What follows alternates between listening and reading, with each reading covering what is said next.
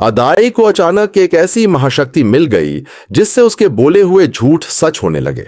उसने सुंदर और सुडौल शरीर वाली टीचर आशियांग को देखते हुए सहपाठियों से झूठ बोला कि टीचर उसे पसंद करती हैं। अगले दिन जैसे ही आशियांग क्लासरूम में आई, उन्होंने अदाई पर नजरों ही नजरों में इशारेबाजी कर दी। अचानक मिली इस खुशी के सामने अदाई बस अजीब ढंग से नमस्ते जैसा कुछ बड़बड़ा सका। सहपाठी हैरान निगाहों से उसे देखने लगे।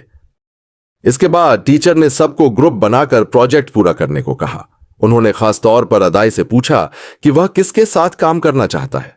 जब अदाई ने कहा कि वह शियाओ मेई के साथ करना चाहता है, तो टीचर की आंखें एकदम ठंडी पड़ गईं। इससे शियाओ मेई की पीठ में सिहरन दौड़ गई। बाकी बचे हुए पीरियड में टीचर ने तरह तरह के बहाने बनाकर शियाओ मेई पर नुक्ताचीनी की, जिससे वह पूरी तरह उलझन में पड़ गई।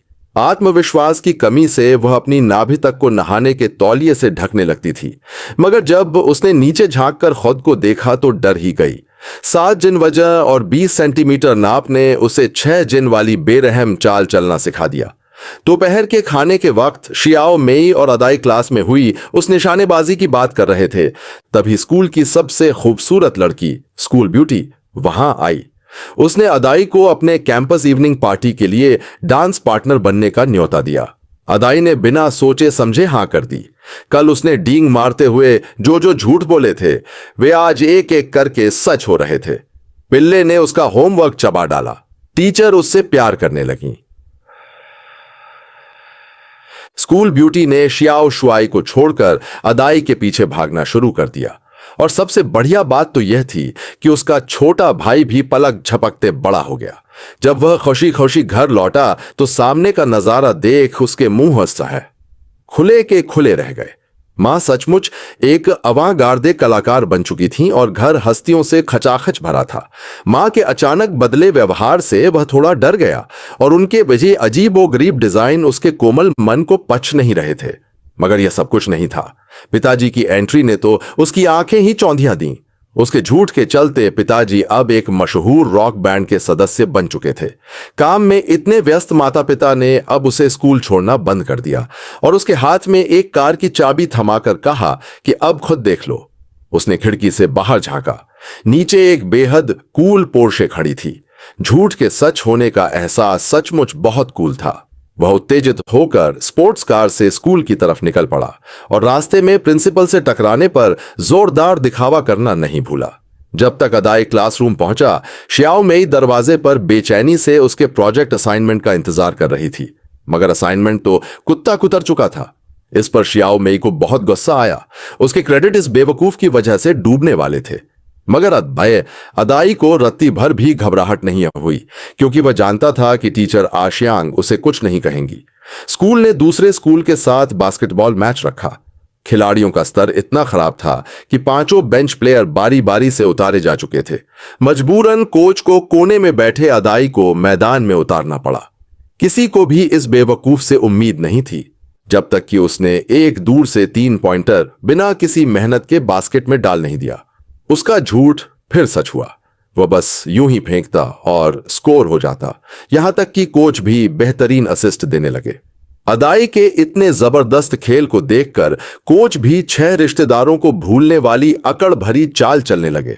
मैच के आखिरी 2 सेकंड में जब उनकी टीम 2 अंकों से पीछे थी, अदाई ने बजर बीटर गेम विनर मार दिया। इस पर पास खड़ा शियाओ शुआई गुस्से से आधा मर गया। उसकी गर्लफ्रेंड तो छिन ही चुकी थी।